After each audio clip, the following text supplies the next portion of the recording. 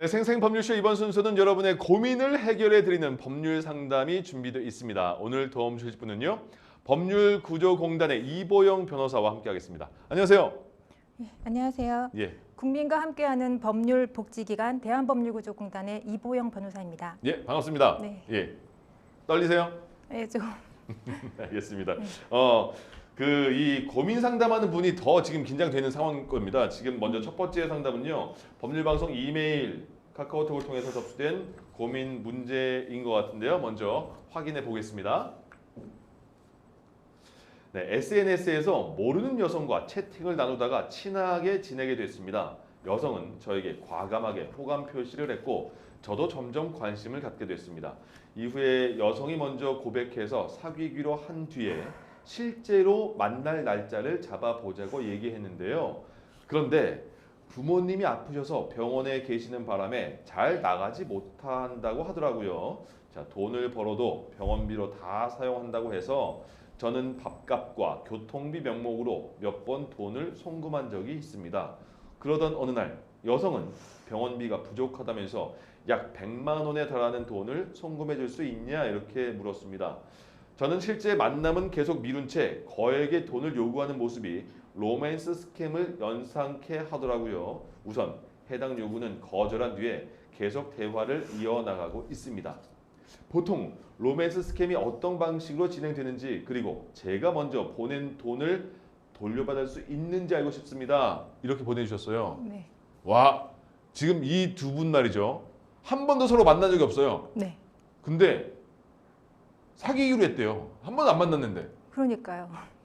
일단 이거 괜찮습니까? 한 번도 안 안 만났는데. 됩니다. 안 됩니다. 안 되죠. 네. 예, 이거는 로맨스 스캠이고 뭐고 떠나서 안 되죠. 안 됩니다. 나 오늘이 천리안 세대 아닙니까? 그렇죠. 저도 많이 해봤습니다. 네. 예, 알겠습니다. 자, 그러면 로맨스 스캠에 해당할 가능성이 있는지. 로맨스 스캠이 뭐예요?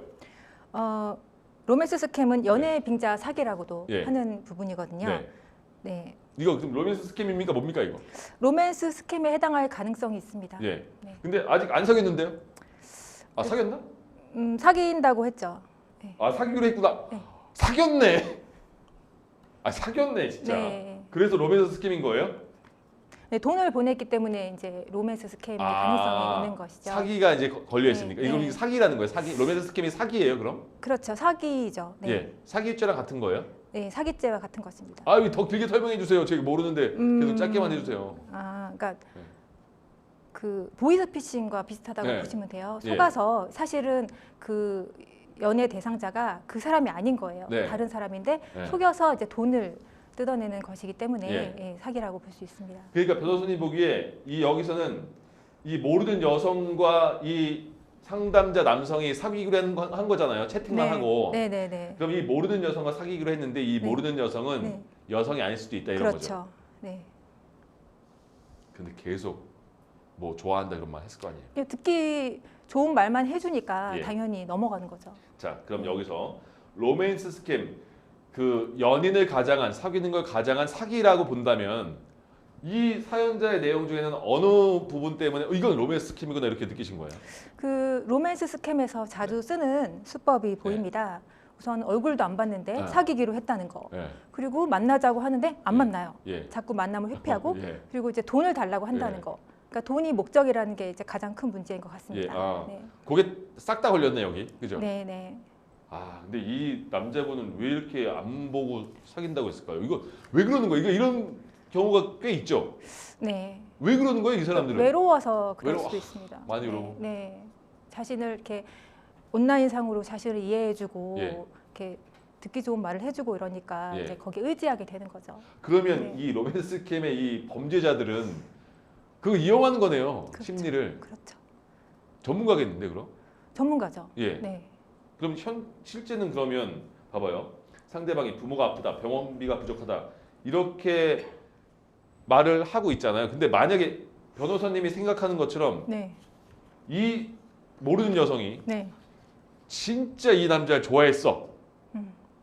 그래서 사귀었어요. 네. 근데 진짜로 우리 집 부모님이 너무 안 좋으셔. 네. 하필. 네. 그래서 계속 만남을 못했어요. 네. 진짜 부모님이 편찮으셔서 100만 원이 필요해 이렇게 말한 걸 수도 있지 않을까요? 그럴 수 없을 것 같습니다. 아 그래요? 네. 아 단호하시네. 좋아하는 사람한테는 절대 그럴 수가 없습니다. 네. 사랑꾼이시네요. 그렇진 않습니다. 아 그렇지 않아요 또? 아 그러면 봐요. 이거는 그럼 사귀죄로 계속 사귀죄라는 건 그럼 이 사람은 뭐 때문에 사귀죄라는 거예요? 우선은 네. 그 사람이 아니잖아요. 사람이 아니다. 그러니까 말하는 사실은 자기가 이런 여자라고 뭐 어떤 직업에 몇 살에 뭐 이런 사람이라고 말을 했겠지만 가상의 실제로 캐릭터를 가상의 만들어놨다. 캐릭터이기 때문에 예. 이제 그런 가상의 캐릭터인 줄 알았으면 네. 돈을 보내진 않았겠죠. 예. 네, 그렇기 때문에 사기라는 것입니다. 아 네. 근데 처음에 이 상담자가 근데 이 여성인지 아닌지 모를 그 여성이 네, 처음에 과감하게 호감을 표시했대요. 그러니까 네. 이 남자도 확 빠졌나 봐요. 외로워서. 그렇죠. 나 그렇게 좋아해? 그러니까요. 알았어. 그럼 우리 네. 사귈래? 이렇게 된 거잖아요. 네, 그래서 사귄다고 했어. 그러니까 뭐 딱해. 그러니까 아 그래 너 그 밥도 잘 못 먹고 그러니까 밥값과 교통비에 그래서 돈을 몇 번 줬어요. 이건 돈 달라고 준 건 아닌 것 같아요. 여기까지는. 그렇죠. 여기까지도 달라고 준 건가? 아니요. 그죠? 여기는 네, 네, 네. 좀 내가 좋아하는 사람이 밥도 못 먹고 있고 네, 부모님 간병하느라 힘들겠다 그래서 네. 그래 밥 먹어 차비에 줬어요. 네. 요 줬어. 그리고 나서 이제 100만 원을 추가로 준 거잖아. 100만 달라고 원은 했는데 안 준 거죠. 안 줬죠. 네. 그러면 지금까지 준 거 돌려받을 수 있어요? 만약에 사기가 아니라면 돌려받을 수가 없죠. 연인 관계에서 금전거래 한 것은 그쵸. 빌려준 게 아니면 네네. 돌려받을 수가 없습니다. 증여기 때문에. 그럼 지금 이 상황에서는요? 어때요? 근데 이거는 사실 네. 로맨스 스캠인지 아닌지가 사실 명확하지가 않아요. 그렇죠. 지금 네, 이것만으로. 네, 이것만으로 명확하지 않기 때문에 예. 돌려달라고 하긴 조금 애매한 상황일 수도 있습니다. 그러면 그거는 로맨스 스킴인지 아닌지는 그 법적인 절차까지 가야지 알 수 있는 거예요? 그렇죠. 네. 근데 지금 변호사님은 이것만 딱 봐서 로맨스 스킴이냐 아니냐 알 수 있죠. 이것만 봐서 로맨스 스캠인지 아닌지 알 수는 없죠. 의심이 되는 상황인 거고 의심은 많이 네. 되는 거예요, 아니면 의심이 조금 되는 거예요? 지금 저는 조금 됩니다. 조금이요? 네. 많이도 아니야? 금액이 저는- 작잖아요. 100만 원. 아, 100만 원이라 네. 금액이 네. 보통 되게 많이 불러요? 네. 어느 정도 불러요? 그리고 100만 원 부르고 어. 뭐 몇백씩 부르기도 하고 최종적으로 몇천 몇 억씩 뺏기기도 하니까요. 네. 이거는 액수가 좀 작으니까 네. 그러면 액수가 작으니까 진짠가? 알 수도 있겠네요. 그럼 그렇죠. 진짜 이분이 그럼 힘든가 이렇게. 근데 그렇다 하더라도 예. 사귀는 사이에서 돈을 그렇게 쉽게 빌려달라고 하는 것은 정상적이진 않습니다. 네. 너무 사랑하면 그럴 수 있잖아요. 아니, 그건 사랑이 아닙니다. 왜 이렇게 사랑을 머리로만 하세요? 글쎄요. 안 돼. 안 돼. 아니, 연인 사이에 돈 거래도 안 된다. 네, 원래 연인 사이에는 돈 거래를 하면 안 됩니다.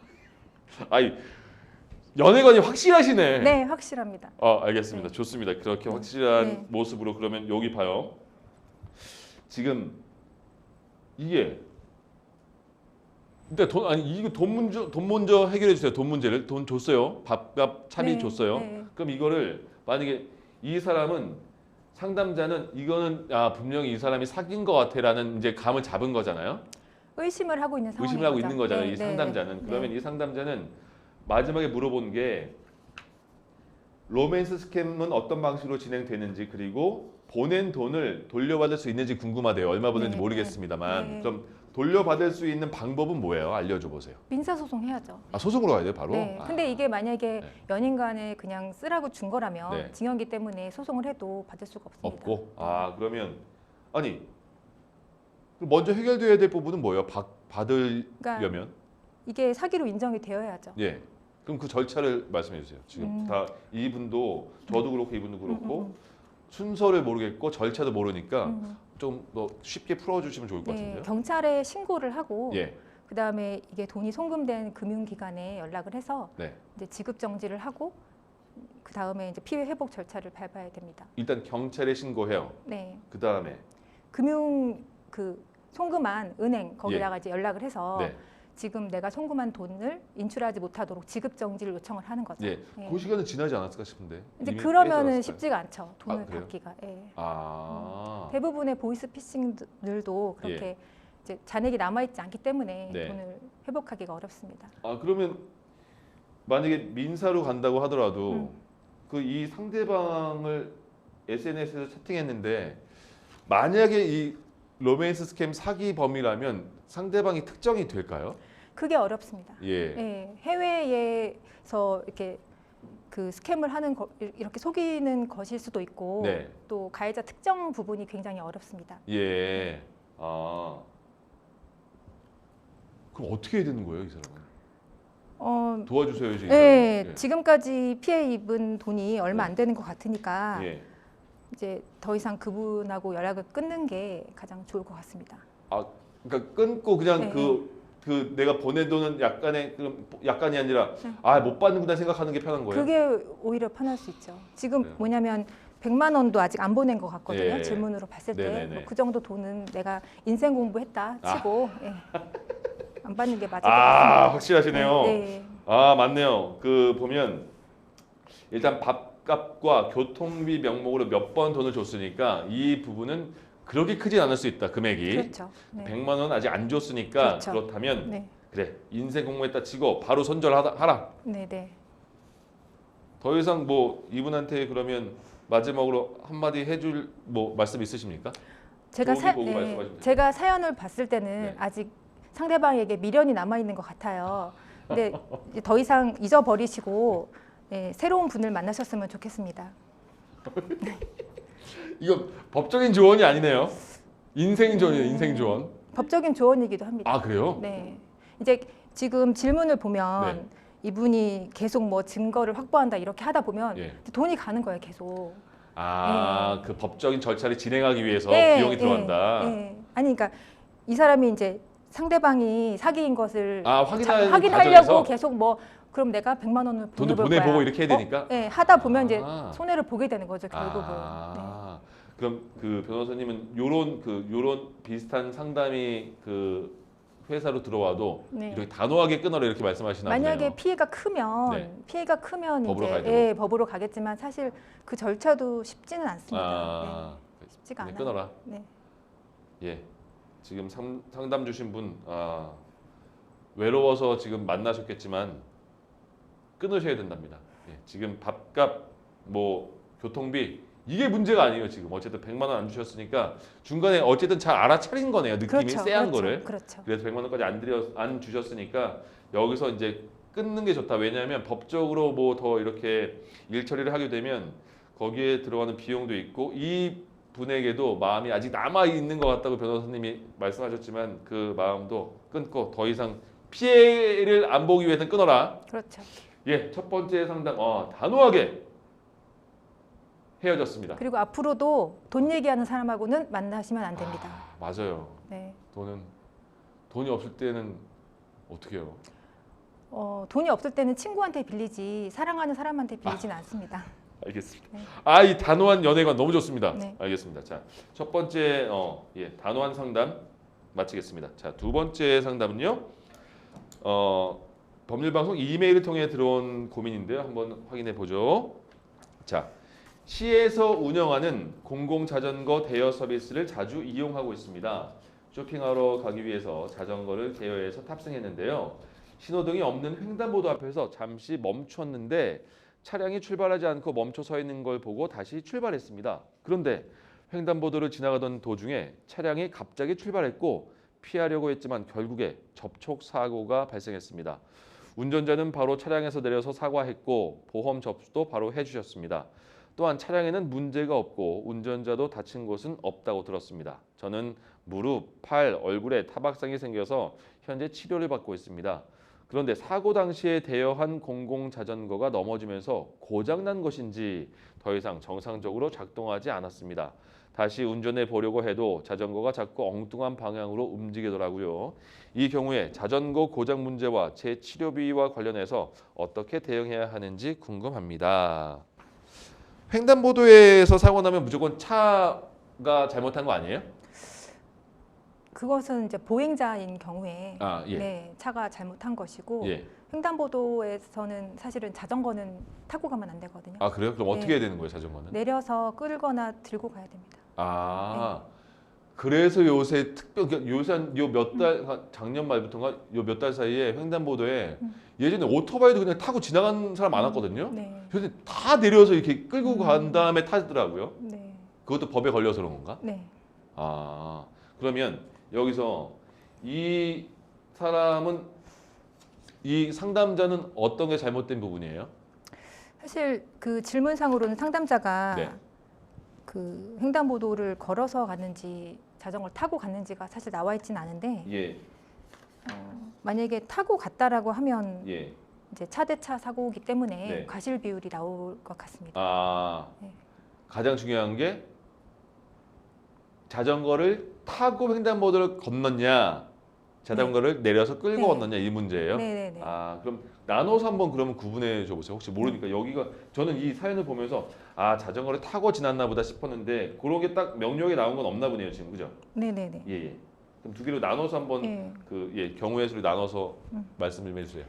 횡단보도에서 자전거에 내려서 걸어가면 네. 보행자기 때문에 예. 이 차량 100% 과실입니다. 네네. 네, 그래서 뭐 손해에 대해서 이제 차량 가해자가 이 사연자에게 배상을 해줘야 되는 부분이 있고요. 그러면 여기 네. 무릎, 팔, 얼굴도 다쳤고 그 다친 네. 부분 치료비, 네. 그다음에 자전거까지 다요. 네네네. 보험 접수도 지금 해줬다고 네네. 되어 있기 때문에 예.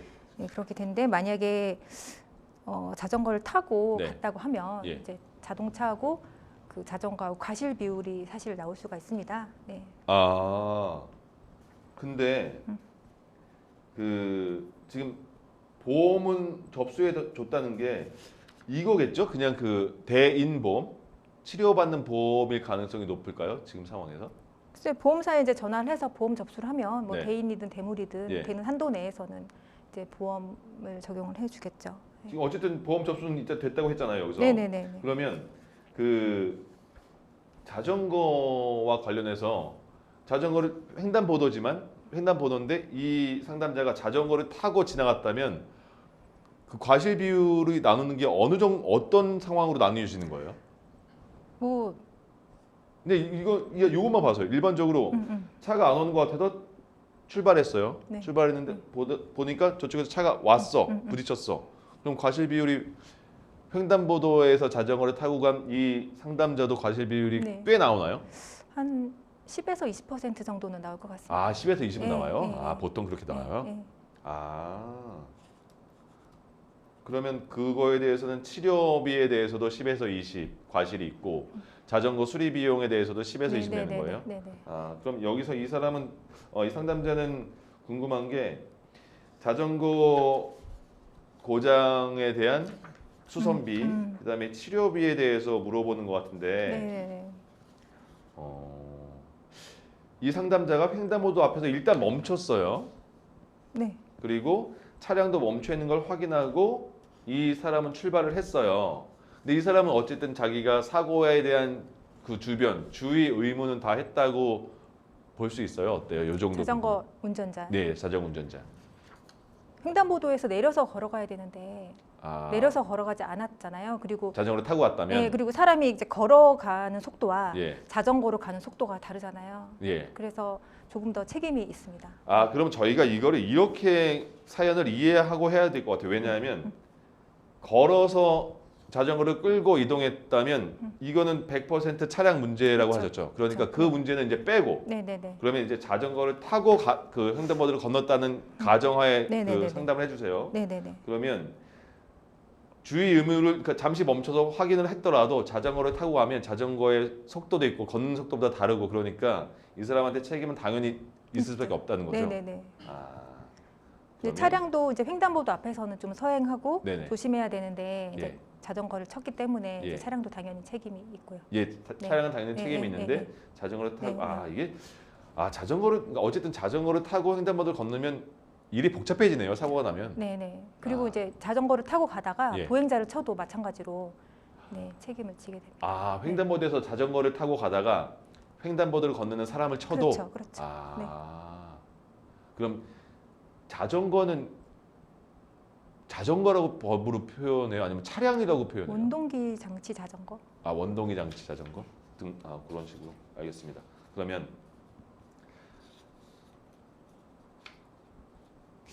이거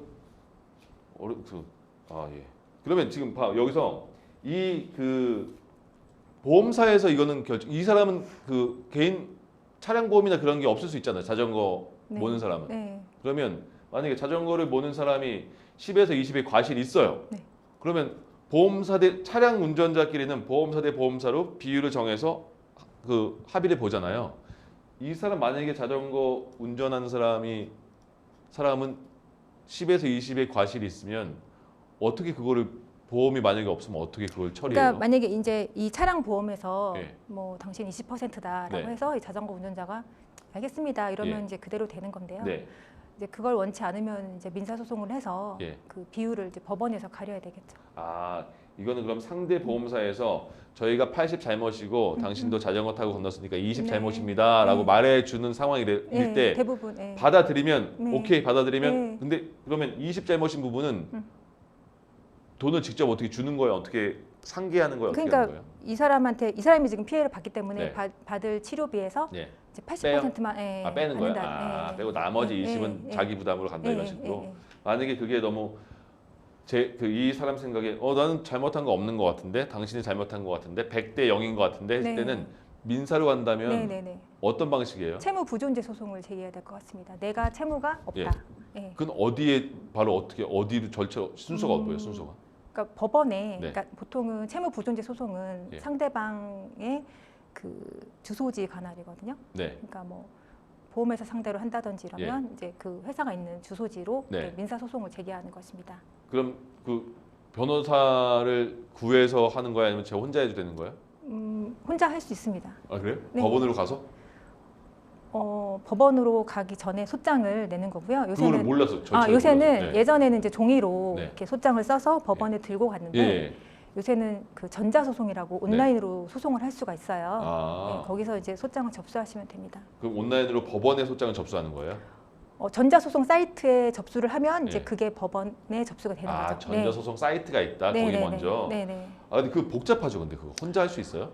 쉽진 않습니다. 그죠? 네. 아, 그럼 이분은 근데 이분의 생각은 나는 주의를 잘 살폈고 건넜는데 왜 나한테 10% 20%를 책임을 묻냐라고 생각할 수도 있겠지만 그런 책임은 당연히 주어지겠네요. 자전거 타고 건넜으면. 네. 그럼 이분은 그 정도는 감안을 하셔야겠네. 네, 그 네, 정도 네, 비용은 네, 나와야 네, 된다. 알겠습니다. 그러면 자전거에 대한 파손 부분도 그렇고 자기 치료비도 그렇고 네. 자전거를 타고 건넜으면 한 1, 2, 4% 네, 책임을 네, 져야 된다. 네. 그렇게? 네. 그리고 또 자전거 예. 같은 경우에는 네. 요새 지자체에서 공공보험을 많이 들어놓더라고요. 예. 그래서 그걸 또 따릉이 같은 알아보시면 될 것 같습니다. 거기 그렇군요. 전화해서 뭐 어떻게 해야 되냐 이런 부분 물어보면 예. 또 거기 있는 보험을 또 안내해 줄 수 있으니까요. 알겠습니다. 또 추가로 말씀해 주시고 싶은 거는 다 말씀하셨나요? 횡단보도를 건너실 때는 자전거에 내려서 건너셔야 합니다. 너무 좋은데요. 예. 네. 너무 간단한 거지만 꼭 지켜야 할 사항을 말씀해 주셨습니다. 예, 횡단보도에서는 자전거 내려서 저희도 어릴 때는 진짜 횡단보도 쌩쌩 자전거 타고 많이 걷는 사람 많았잖아요. 네. 예, 요새는 다 내려서 건너야지 안전하다고 하네요. 알겠습니다. 여기까지 하고 다음 고민은요. 법률방송 이메일을 통해서 들어온 또 고민인데요. 확인해 보겠습니다.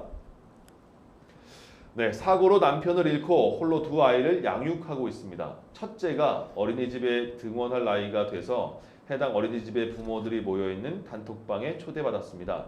대화를 나누던 중에 바로 옆집에도 같은 어린이집을 보내는 부모가 있다는 사실을 알게 됐고 이후에 마주칠 때마다 인사를 하고 간단한 이야기를 나누면서 조금씩 친해지게 됐습니다. 그런데 어느 날 제 남동생이 집에 들어오다가 옆집 아이의 엄마와 마주쳤다고 합니다. 동생 말로는 그 엄마가 자신을 빤히 쳐다보다가 그냥 갔다고 하는데 당시에는 저도 별다른 의미를 두지 않고 넘겼습니다. 그런데 이후에 옆집 아이와 저희 집 아이가 어린이집에서 다투게 됐고 그 일로 부모끼리 이야기를 나누는 과정에서도 대화가 원만하게 되지 않아서 결국 사이가 틀어졌습니다. 그렇게 지내던 중에 채팅방을 정리하다가 어린이집 단톡방에서도 나가게 됐습니다. 문제는 그 이후였습니다. 제가 단톡방에서 나간 뒤에 옆집 엄마가 제 실명을 거론하면서 허위 사실을 퍼뜨리고 있다는 사실을 알게 됐습니다. 단톡방에서 저를 언급하면서 집에 남자가 여럿 드나든다. 남자가 계속 바뀐다. 라는 식의 이야기를 했다고 하더군요. 아마 제 집에 왔던 남동생을 보고 오해한 것 같기는 합니다. 하지만 남동생도 그때 단 한 번 마주쳤을 뿐인데 어떻게 여러 명의 남자가 드나든다는 이야기로까지 번졌는지 이해가 되지 않습니다. 저는 이런 허위 사실을 퍼뜨린 옆집 엄마를 명예훼손으로 고소하고 싶습니다. 어떻게 하면 될까요? 남 얘기 많이 좋아하는 사람들이 있어요. 이렇게 네. 근거 없이. 자, 그러면 이 분은 명예훼손으로 고소하고 싶다. 이게 명예훼손에 해당합니까? 네, 해당할 수 있을 것 같습니다. 그래요? 네. 어떤 부분 때문에요? 보면은 뭐 집에 남자가 여러 드나든다, 네. 남자가 계속 바뀐다 이런 부분이 사회적 평가를 저하시키는 거기 때문에 예. 네. 그리고 또한 이 단톡방이 이제 공연성이 있고 전파 가능성이 있기 때문에 명예훼손죄가 될 수 있을 것 같습니다. 근데 명예훼손의 그럼 요건이 대략 어느 거예요? 그러니까 공연이 네. 공연이 공연이 뭐예요? 공연. 연극. 이렇게 사람들 다 있는 데서 예. 남들 듣게 하는 데서 하는 그런 게 공연이고 예. 이제 사실을 적시해서 공공연하게. 예, 사실을 공연이. 적시해서 타인의 명예를 훼손하는 경우. 예. 네, 명예훼손은 이제 사회적 평가를 떨어뜨리는 그런 예. 말을 하는 경우죠. 그럼 여기서는 공연이라는 말은 단톡방 이거랑 같은 네. 그 포함이 되는 건가요? 네. 여러 사람이 있으니까. 네. 그러면 옆집 아줌마가 이 지금 상담자의 이름까지 말했대요. 근데 사실이 이분은 전혀 사실이 아니다 이런 말이고 남자는 내 남동생이다 이렇게 말하는데 실명까지 결혼한 경우에는 이 공연이 그리고 한 명을 특정했다 여기까지도 다 포함이 되네요. 명예훼손 요건에 딱딱 맞아 들어가는 겁니까 네, 지금? 네, 네. 예. 실명 거론이 없어도 네. 누군지 알 수 있으면 예. 네, 특정성이 인정이 되는데 여기서는 실명 거래를 했기 때문에 네, 거론을 했기 때문에 더 그렇습니다. 그럼 빼박이네요, 빼박 이거는 네, 그죠? 네, 네, 네. 명예훼손으로 거의 다 가고 있습니다. 네. 근데 봐요, 여기 이 상담자는 더 이상의 말씀을 안 하셨는데 남동생이 집에 딱 한 번 왔고 여기에 대해서 오해라고 하는 거 보면 그 이후에 다른 뭐 남성이 집에 온 거는 거의 뭐 없다는 식으로 표현을 하신 것 같아요. 네. 근데 여기 그 옆집 아줌마는 남자가 여러 드나들었다, 남자가 계속 바뀐다 이렇게 말했는데 이거는 제가 거짓말했어 이걸 내가 증명해야 되나? 저 옆집 아줌마가 거짓말한 거예요. 제가 증명해야 돼요. 어떻게 해야 돼요? 처음에 이거를 문제 삼을 때는 네. 이제 그게 사실이 아니다라는 점도 좀 포함돼서 예. 예, 고소장이 들어가야 됩니다. 예. 네. 옆집 아줌마가 저를 명예훼손했는데 단톡방에서 제 이름을 대면서 이런 얘기를 하더라고요. 근데 저는 이런 일이 없었습니다. 이렇게 네. 해야 되는 거예요. 네, 네, 네. 근데 그거를 뭐 증명까지 할 필요 없는 거예요? 그러니까 그 고소장을 봤을 때 네. 이게 사실이 아니겠구나라는 예. 그런 점이 이제 보일 수 있는 내용은 들어가야겠죠. 뭐 진술서나 기타 예. 증거라든지. 어. 근데 사실 이런 경우에는 증거를 찾기는 좀 어려울 것 같긴 해요. 네. 그러면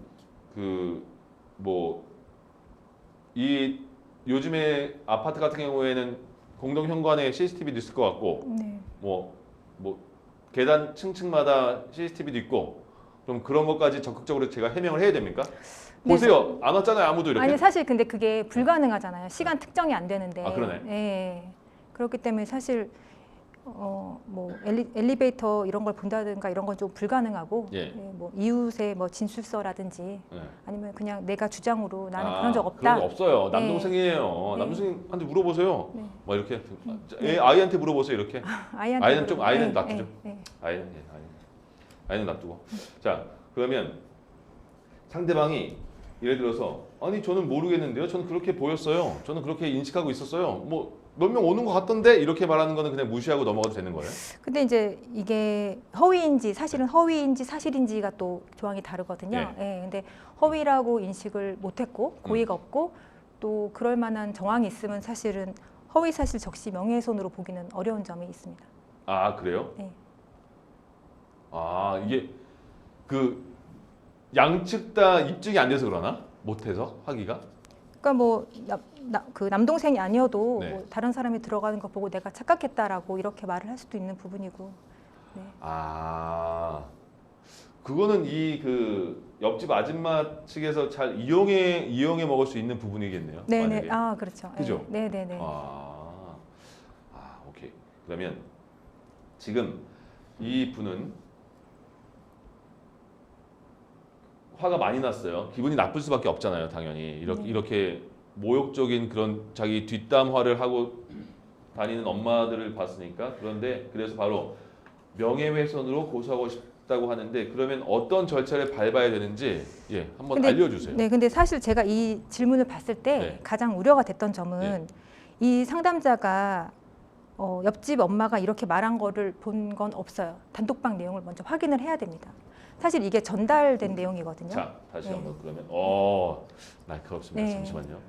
그럼 여기서 자, 옆집 엄마가 제 실명을 거론하면서 허위 사실을 퍼뜨리고 있었다는 사실을 알게 되었습니다. 어떻게라는 게 없다는 거예요. 여기? 네, 이분은 단톡방에서 나왔거든요. 그러니까 제3자한테 전달을 들은 거라서 예. 이게 사실은 그러니까 와전됐을 수도 있기 때문에 그 전달자한테 얘기를 해서 정말 이렇게 말을 했는지, 아니면 전달한 사람이 이렇게 생각을 한 건지 그거를 좀 확인을 먼저 해야 될 필요가 그리고 있습니다. 네가 만약에 그 단톡방에 들어있다면 그 캡처 좀 해줘 이렇게 확실히 했는지. 네, 이거 놓쳤네요. 그러면 일단 확인을 해요. 확인을 해서 확인이 안 돼. 만약에 이게 확인이 안 됐어. 만약에 전달해 준 사람이 근데 그렇다더라. 나도 들은 얘기야. 이렇게 슬렁슬렁 넘어가면 정확하지 않으니까 뭐야. 정확하게 말하지 하고 넘어갈 수 있는 부분이고 네. 만약에 그런 상황이 됐어요. 네, 뒷담화를 했어. 네. 그러면 어떻게 이제 이 분이 절차를 밟아야 돼요? 네. 그 전달자한테 요청을 해서 네. 그 단톡방 캡처 화면이나 네. 그 대화 원문 내보내기로 해서 네. 그거를 이제 받으신 다음에 네. 그걸 첨부해서 그 이제 고소장을 제출하셔야 되는데 예. 이 단톡방이 본인이 속한 단톡방이 아니기 때문에 네네네. 그거를 이제 고소장을 제출하기 앞서서 예. 그 변호사와 상의를 하시는 것이 안전할 것으로 보입니다. 이게 또 함부로 하면 안 되나 보죠? 네. 내가 들어있는 방이 아니면? 네. 알겠습니다. 복잡하네요. 여기까지 상담을 전해드리겠습니다. 자, 생생법률쇼 오늘 마칠 시간이 또 됐네요. 함께해 주신 이보영 변호사님 고맙습니다. 네. 생생법률쇼 마치겠습니다. 함께해 주신 여러분 고맙습니다.